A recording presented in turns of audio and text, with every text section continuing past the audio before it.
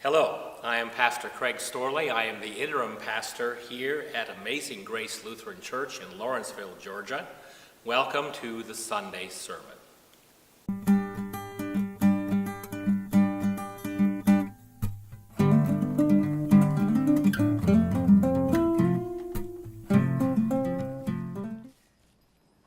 I invite you to join me in a short time of centering prayer, and I'll guide you through.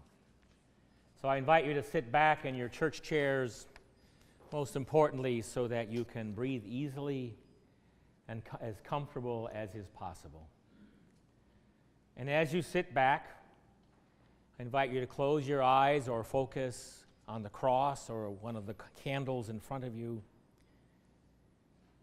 But as you do so, to begin slowing and quieting down your breathing, to be taking full, deep breaths as best you're able, and take that breath in and full breathing out. Breathing in, breathing out. And I invite you this morning to let go of the cares that you bring in with you this morning, the cares of the day, the worries that you carry for this next week. Give them to God. Let God hold them for you, even if only for a moment of time. And continue breathing in and breathing out. And as you do this, feel yourself breathing God's presence deep, deep into you. Breathing in, breathing out, filling you, being and making you aware of God with you now, who is always with you. And this time as you breathe in, feel yourself breathing God's love in with, deep and around you, into your very soul and heart. Let it fill you. Let it hold you. Keep breathing in, breathing out. And now together we sit in this solitude of grace, this solitude of God's love.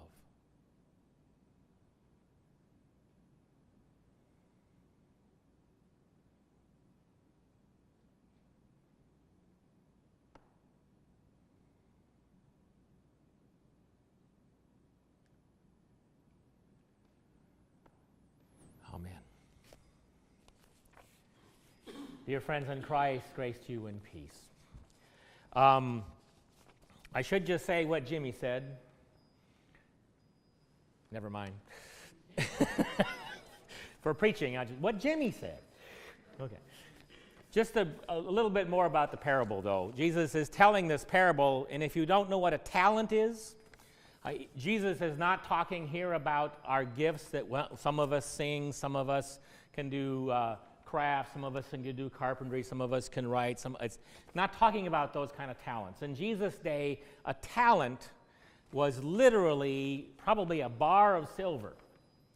And one talent equaled about a year's pay, okay? So if you translate that to today, if you had a talent of silver, that would be your year's pay. So when Jesus is talking about the master who is going away and putting, in Matthew always used the term slaves versus servants. So the master goes away, putting his slaves in charge of his property, and to one he gives 5 talents. We're talking about a major sum of money. And he says, to according to their abilities, he gives another 2, and he gives another 1. Okay? Now, maybe this parable is more for those people who understand investment banking. I don't know. It could be that that's really what this... But for the rest of us, we struggle. But anyway, so he finally comes back, it says. And when he comes back, the slave who had been given this 5 talents of value, this property, comes to his master and says, "This is what I've done.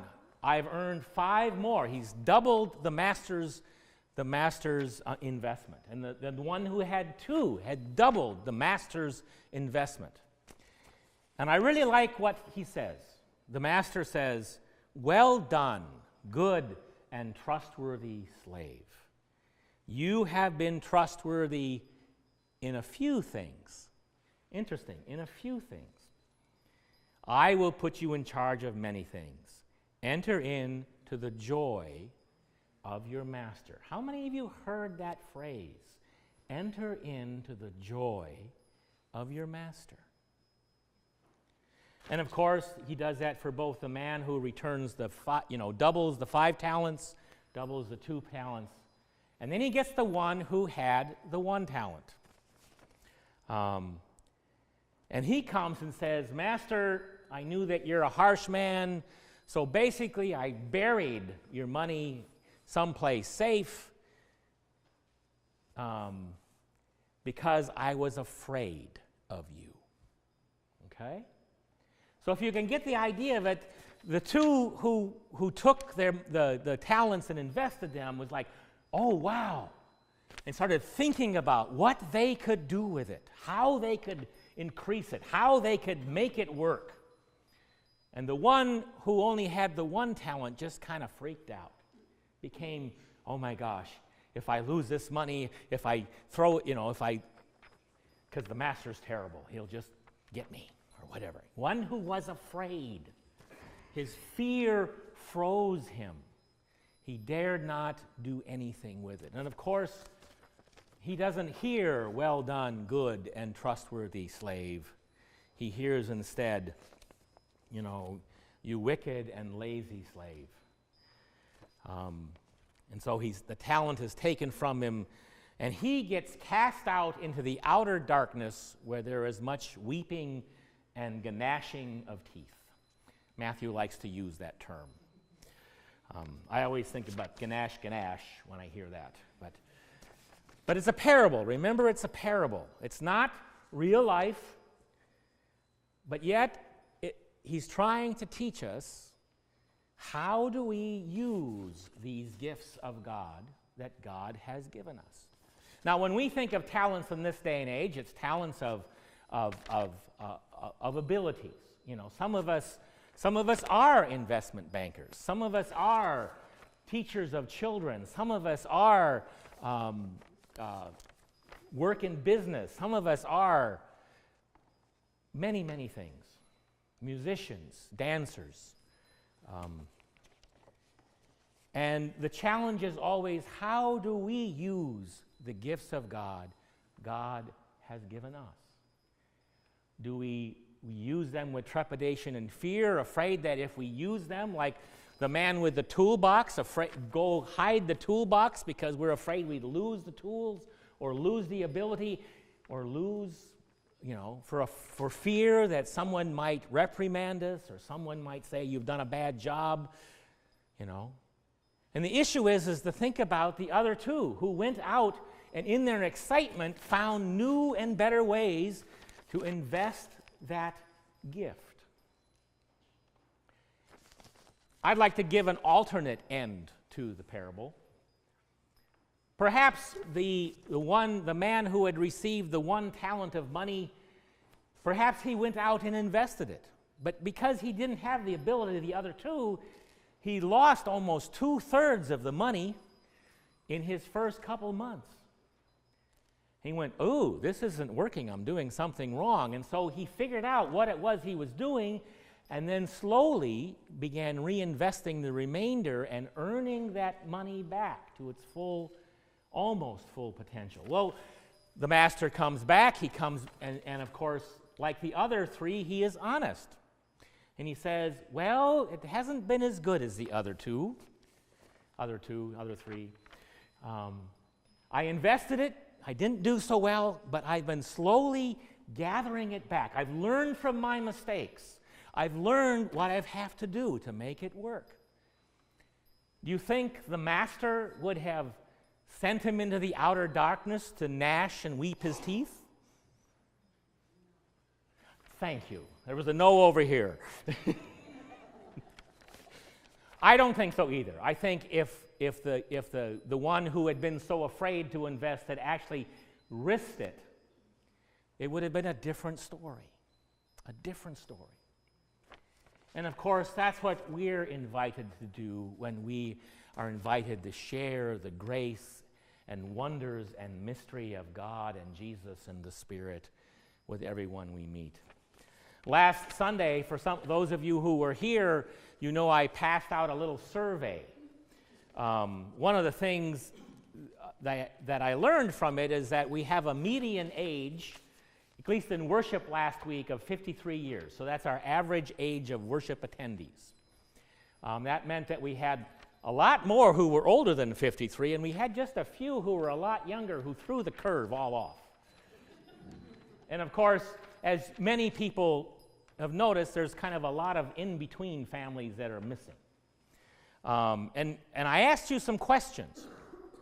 And this is pertaining to our gospel lesson. So, you know, and so the first question was, what'd you like about worship? And most people liked our worship, except for the hymns that had lots of words and long verses. There was a few. Now, if somebody had said they didn't like those hymns, I would have said, I'm not in a Lutheran congregation anymore, and where am I? So that would have thrown the curve off completely. But most of you like our style of worship. And then one or two things you like about Amazing Grace. And more, probably 70% of you talked about being in the congregation, this family of faith, of being connected together, of liking to be together, and of liking the support that everybody gives one another once we have gotten to know each other. And then the other question is, what issues worry you most about it? And most, a good 70%, talked about our fear that as our congregation gets older, that there will be nobody to replace these faithful people, that we will get older and smaller and fade away. And so, growing the congregation, appealing to younger people, what came back again and again and again in the survey. And then some people, where do you have a sense of God calling Amazing Grace to focus its ministry? And there was a good 40% that talked about around us, kind of in the immediate area around us. So, interesting thing. I'll give a further report in the newsletter and make it available out there as we get more time. But it made me think about that one of the talents of this congregation is its care for each other, is its hospitality to the stranger. And some visitors that came today talked about how welcoming this church is compared to other places. So I want to challenge you is, how can you invest yourself into that? Because one of the easy things to do is, it's very obvious you like each other, because some days at the end of service, nobody comes to shake my hand. I just feel terrible. Because you're all talking to each other. I want to get out of there. However, the blessing of that is you know each other, you love each other, you care for each other. Now, the thing is to make sure that how you then share that with somebody you don't know. Because it's hard to do that. When we don't know someone, I do not have Pastor Jason's gift where he would go up and he could talk to anybody. And a lot of us don't. But how can that's one of our gifts of God. How can we take that gift and spread it? Okay? That's the challenge. How do we share that energy outside of this room? Because that is our challenge. How do we invest it? And of course, the promise is if you invest it, it will start growing. And the other side of that promise is don't be afraid to fail. I welcomed someone to our church and they burped at me. Well, they wouldn't do that, but and the issue is someone would go, I'm not ever going to do that again. I talked to someone on the street and invited them. They said, well, I'm not interested. I will never do that again. The issue is that don't be afraid to fail. Because if you fail, you learn, and you learn other ways and better ways to do it.